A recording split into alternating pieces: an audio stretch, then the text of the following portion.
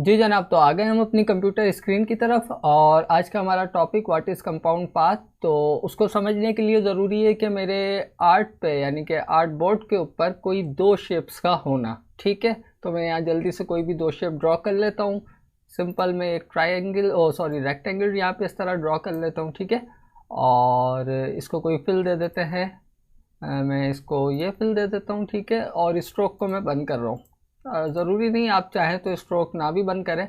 और दूसरी शेप जो है मैं एक सर्किल ले लेता हूँ छोटा सा यहाँ पे। ठीक है, तो यहाँ मेरे पास इस वक्त दो शेप है और इस सर्किल को भी मैं कोई दूसरा कलर दे देता हूँ, ये वाला दे देते हैं। ठीक है, अच्छा जी, कंपाउंड पाथ क्या करेगा अब देखिए।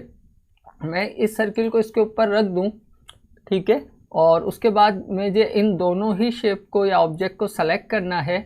हमारे पास दो ऑप्शन है कंपाउंड पाथ अप्लाई करने के। पहला ऑप्शन, ऑब्जेक्ट के मेन्यू में जाइए, यहाँ पे फोर्थ लास्ट आ रहा है कंपाउंड पाथ। जैसे ही आप कंपाउंड पाथ पे आओगे तो ये इसके साथ ही आ रहा है मेक, और इसकी शॉर्टकट की है Ctrl+8। ठीक है, तो जिस तरह आपको सहूलत हो आप प्रेस कर लीजिएगा। और अगर आप ऑब्जेक्ट के मेन्यू में नहीं जाना चाह रहे हो तो आप सिंपल इन दोनों ऑब्जेक्ट को सेलेक्ट कीजिएगा और राइट क्लिक कीजिएगा माउस की की से। तो आप यहाँ पे भी देखोगे मेक कंपाउंड पाथ।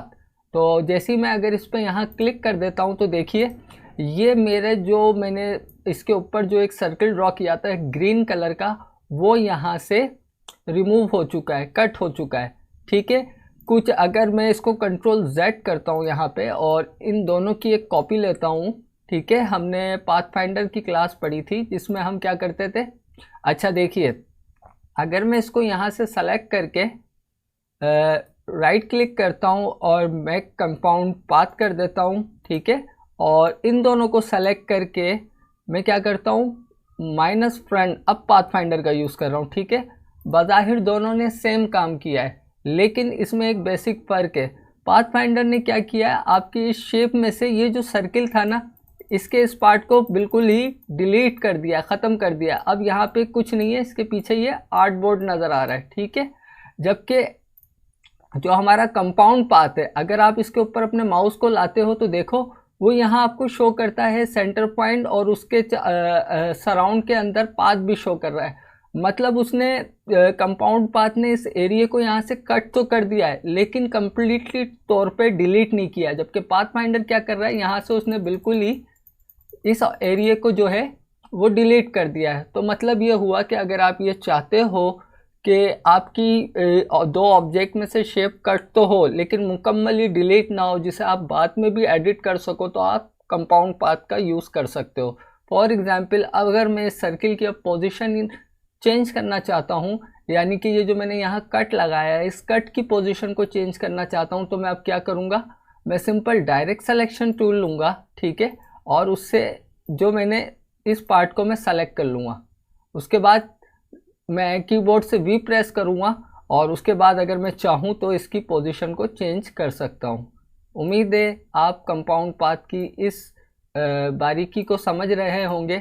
जबकि यहाँ से तो मेरी शेप ही जो थी सर्किल की वो रिमूव हो चुकी है, जबकि कंपाउंड पाथ मुझे फैसिलिटी देता है कि मेरी शेप को कट ज़रूर कर देता है लेकिन मुकम्मल तौर पर डिलीट नहीं करता। उसको हम बाद में एडिट भी कर सकते हैं। ठीक है, इसकी एक और अच्छा, यहाँ हमने कंपाउंड पाथ, अच्छा एक बार अगर आप पाथ फाइंडर अप्लाई कर देते हो तो फिर उसे रिलीज़ नहीं कर सकते। ठीक है, अगर आप फाइल सेव कर दो उसके बाद। लेकिन अगर आप चाहते हो कि आपने जो इसके ऊपर कंपाउंड पाथ अप्लाई किया था उससे आप बाहर आ जाओ और उसे ख़त्म कर दो, तो आप सिंपल इन दोनों ऑब्जेक्ट को सेलेक्ट करोगे, राइट क्लिक करोगे और यहाँ देखिए लिखा आ रहा है रिलीज़ कंपाउंड पाथ, या उसी तरह ऑब्जेक्ट के मेन्यू में जाइएगा, कंपाउंड पाथ, एंड इसकी शॉर्टकट की आ रही है Alt+Shift+8। तो इजी यही है कि आप राइट क्लिक कीजिए और रिलीज़ कंपाउंड पाथ। तो अगर अब आप देखो तो आपकी ये शेप अलग हो चुकी है इससे। ठीक है, चलें इसकी थोड़ी सी और मैं आपको मिसाल देता हूँ। मैं यहाँ पे, तो यहाँ मैं अनदर प्रैक्टिस के लिए एक सर्किल बना रहा हूँ। ठीक है, परफेक्ट सर्किल इस तरह से। ठीक है, और उसकी एक कॉपी ले लेते हैं इसके साथ ही इस तरह से।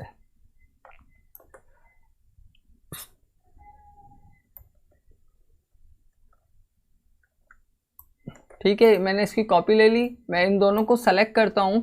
आपको याद होगा हम पाथफाइंडर में एक्सक्लूड का इस्तेमाल करते थे जब हमें ओवरलैपिंग एरिया को यहाँ से रिमूव करना पड़ता था। ठीक है, आप राइट क्लिक करके अगर मेक कंपाउंड पाथ करोगे तो वही काम परफॉर्म होगा जो हमारे पाथफाइंडर से होता था। ठीक है, लेकिन आपको कंपाउंड पाथ ये फैसिलिटी प्रोवाइड करता है कि आप अगर अपने कंपाउंड पाथ को रिलीज़ करना चाहते हो तो आप उसे रिलीज़ कर सकते हो, उसमें एडजस्टमेंट करना चाहते हो तो कर सकते हो। किस तरह से? सिंपल, आप यहाँ से जो है अपने डायरेक्ट सिलेक्शन टूल को लीजिएगा, उसके बाद इसको सेलेक्ट करके जैसे ही आप वी प्रेस करोगे तो आप किस पे आ जाओगे?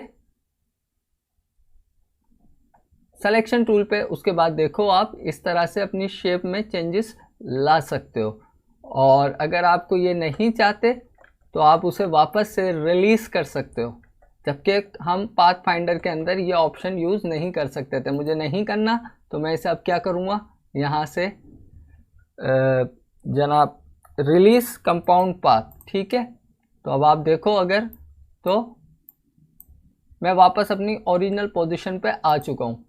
अगर मैं ये काम एक्सक्लूड से करता तो क्या होता? पहले तो मैं इसे अनग्रुप करता, ये ग्रुप में हो जाता, उसके बाद मैं इसको इस तरह से अलग करता, बीच में मेरे पास कुछ भी नहीं है। तो उम्मीद है आपको बात समझ आ रही होगी। ठीक है, तो ये बेसिक फर्क था हमारे कंपाउंड पाथ का और क्या कहते हैं पाथ फाइंडर का। इसकी और एग्जाम्पल अगर, अच्छा जी, यहाँ हम कंपाउंड पाथ की एक और मिसाल ले लेते हैं और उसमें पाथ फाइंडर का फ़र्क भी समझ लेते हैं। मैं यहाँ पे एक सर्किल बनाता हूँ, ठीक है, दोबारा, ठीक है, और इसकी मैं एक कॉपी ले लेता हूँ ऑल्ट की मदद से, डायरेक्ट सिलेक्शन टूल की मदद से, और यहाँ रख लेता हूँ। ठीक है, कंट्रोल डी से इसकी मैंने डुप्लीकेट ली। ठीक, अब मैं इन चारों को सेलेक्ट कर रहा हूँ और इनकी एक कॉपी मैं यहाँ रख देता हूँ। ठीक है जनाब, पहले पे मैं अप्लाई करता हूँ इन चारों शेप को एक शेप के साथ, यानी कि इन चारों को एक शेप बनाने के लिए मैं इन्हें पाथ फाइंडर की मदद से मर्ज कर दूंगा। ठीक है, हमारे पास पहला ऑप्शन है यूनाइट या मर्ज। ठीक है, और दूसरे को मैं यहाँ पे क्या कर रहा हूँ, अब कंपाउंड पाथ इस पे अप्लाई कर देते हैं। ठीक है, मेक कंपाउंड पाथ।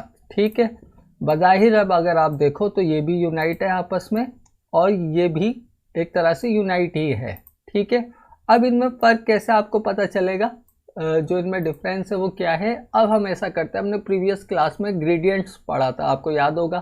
ठीक है, हम इन पे ग्रेडियंट अप्लाई करते हैं। मैं पहले इसे सेलेक्ट करता हूँ, यहाँ से मैं सिंपल इस पर ग्रेडियंट अप्लाई करता हूँ। ठीक है, आप देखें इसने मेरी तमाम शेप पे या ऑब्जेक्ट पे 1 बाय 1 ग्रेडियंट अप्लाई कर दिया। ये मैंने किससे बनाया था? पाथ फाइंडर से। इसको आपस में यूनाइट किया था, और इसको मैंने यूनाइट कैसे किया था?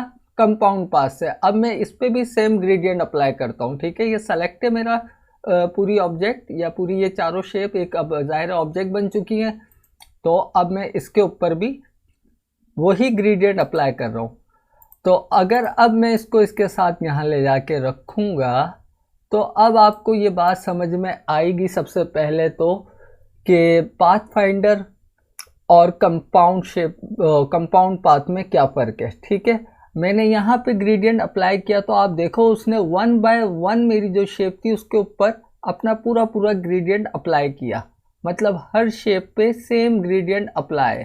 जबकि जो मैंने कंपाउंड पाथ से इसको आपस में यूनाइट किया था या कंपाउंड किया था, उसके अंदर उसने ग्रेडियंट का फ्लो इस तरह दिया कि पहले डार्क, फिर उससे लाइट, फिर उससे लाइट, एंड फिर उससे लाइट होते हुए जो मेरा यहाँ पे ग्रेडियंट की वैल्यू थी, मैं अगर इसे सेलेक्ट करूँ और यहाँ से फिर ग्रेडियंट देखें, जिस तरह यहाँ मेरे स्लाइडर ऐड हुए हुए हैं, बिल्कुल इसको एक ऑब्जेक्ट कंसिडर करते हुए यहाँ मेरा ग्रेडियंट जो है इसके साथ अपनी वैल्यू को पुट करता जा रहा है। जबकि जब मैंने यही काम पाथ फाइंडर से यूनाइट किया तो इसने ये सेम वैल्यू मेरे एक एक ऑब्जेक्ट में सेपरेटली इंडिविजुअली तौर पे दी।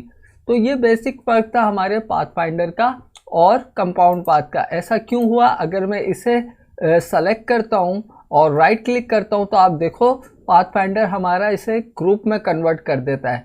तो पाथफाइंडर ने बेसिकली इसे जब यूनाइट किया तो उसने इन चारों सर्किल को आपस में ग्रुप कर दिया, ठीक है। जैसे ही मैं इसे अनग्रुप करूँगा तो अब अगर आप देखो ये अनग्रुप हो चुके हैं। इसने सिर्फ यूनाइट के फंक्शन ने मेरे इन चारों सर्किल को आपस में ग्रुप किया था, जबकि कंपाउंड पाथ का जो मेरा फंक्शन है उसने इसे यहाँ कोई ग्रुपिंग नहीं दी है, इसे एक ऑब्जेक्ट ही कंसिडर कर दिया है, यानी कि एक ही पार्ट है ये चारों सर्किल। लेकिन अगर जैसे ही मैं इसके ऊपर से रिलीज कर दूंगा कंपाउंड पाथ तो फिर क्या होगा, ये अपनी पुरानी पोजीशन पे आ जाएंगे, मतलब सिंपल एक सर्किल रह जाएंगे। जैसे ही मैं यहाँ से रिलीज करता हूँ कंपाउंड पाथ तो अब आप देखो कि अब जो मेरा ग्रेडियंट जो मैंने अप्लाई किया था वो बिल्कुल उसी तरह नज़र आ रहा है जिस तरह आपको अनग्रुप होने के बाद, या इसे आपस में यूनाइट भी करता हूँ मैं इस तरह से, इनको वापस दोबारा से सेलेक्ट करके यहाँ से मैं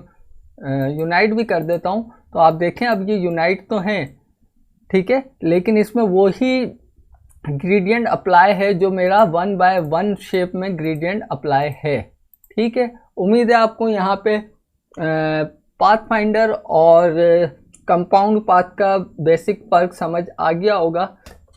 अगर आप चाहो तो आप इसमें मज़ीद भी शेप मज़ीद ऑब्जेक्ट बना के उन पर भी कंपाउंड पाथ और पाथफाइंडर को अप्लाई कर सकते हो। जल्दी से फ़र्क देख लेते हैं। मैं यहाँ इस बार एक रेक्टेंगल बना लेता हूँ और इसकी कुछ डायरेक्शन को चेंज करता हूँ, ठीक है, और इसकी ये अनदर कॉपी ले लेते हैं। इस पर ग्रेडियंट ऑलरेडी अप्लाई है, ठीक, इसकी मैं कॉपी ले रहा हूँ। यहाँ पे एक पार्ट को मैं यहाँ रख देता हूँ इसके साथ और इस वाले पार्ट को मैं यहाँ रख देता हूँ इसके साथ, ठीक है। ये हमारा इस पर कंपाउंड पाथ अप्लाई और इस पर यूनाइट। अब मैं क्या कर रहा हूँ, अब मैं इस जो डायमंड बनाया इसको इसके साथ यूनाइट कर देता हूँ, ठीक है। और अगर अब आप देखोगे फ़र्क, इन सबको सेलेक्ट कर लेता हूँ इस तरह से, ऑब्जेक्ट में जाता हूँ, मेक, ठीक है। तो अब अगर आपने देखा कि अगर हम मज़ीद अपने कंपाउंड पाथ में शेप्स को एडिट भी करना चाहें तो कर सकते हैं। हमारा ग्रेडियंट हम जितने भी ऑब्जेक्ट इसमें ऐड करते जाएं उन सभी पे एक ऑब्जेक्ट को कंसिडर करते हुए अप्लाई होगा, जबकि हमारे पास यूनाइट में ये फैसिलिटी यानी कि पाथफाइंडर में फैसिलिटी अवेलेबल नहीं है।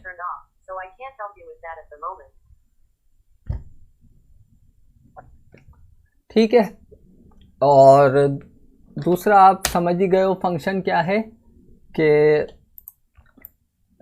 अगर के ऐसा करते हैं, ठीक, और इसको कलर दे देता हूँ मैं ब्लू और इसको मैं दे देता हूँ येलो,